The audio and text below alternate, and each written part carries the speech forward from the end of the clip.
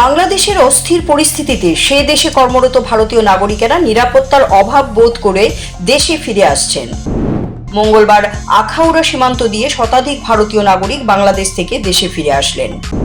অস্থির পরিস্থিতির কারণে বাংলাদেশের সঙ্গে সব ধরনের বাণিজ্য বন্ধ রয়েছে, যেতে দেওয়া হচ্ছে না ভারতীয় নাগরিকদেরও। বাংলাদেশে সংখ্যালঘু সনাতন মানুষের উপর আক্রমণের প্রতিবাদে আগরতলায় বিক্ষোভ কর্মসূচি পালন করে হরেকৃষ্ণ মন্দির কর্তৃপক্ষ। চুরি করা গাড়ির ব্যাটারি বিক্রি করতে গিয়ে জনতার হাতে ধরা পড়ে এক চোর। ঘটনা বিশালগড় রঘুনাথপুর এলাকায় একটি দোকানে। বিভিন্ন দাবিতে বিদ্যুৎ নিগমের লাইনম্যান সহ অন্যান্য অস্থায়ী কর্মীরা বিক্ষোভ দেখায় বনমালীপুরের ত্রিপুরা বিদ্যুৎ নিগমের প্রধান কার্যালয়ের সামনে।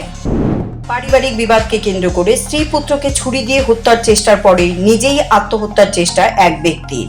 ঘটনা আমতলী থানার অন্তর্গত সুকান্তপল্লী এলাকাতে।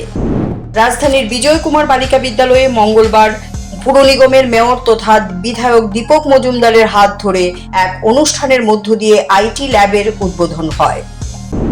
আগরতলা ৭৯ টিলা এলাকায় অবস্থিত বিদ্যুৎ দপ্তরের রাজ্য লোড ডিসপ্যাচ সেন্টার পরিদর্শন করেন মুখ্যমন্ত্রী প্রফেসর ডক্টর মানিক সাহা। ত্রিপুরা প্রদেশ বিজেপির প্রভারী হিসেবে দায়িত্ব নেওয়ার পর মঙ্গলবার প্রথমবারের মতো সাংবাদিকদের সঙ্গে কথা বললেন ডক্টর রাজদীপ রায়।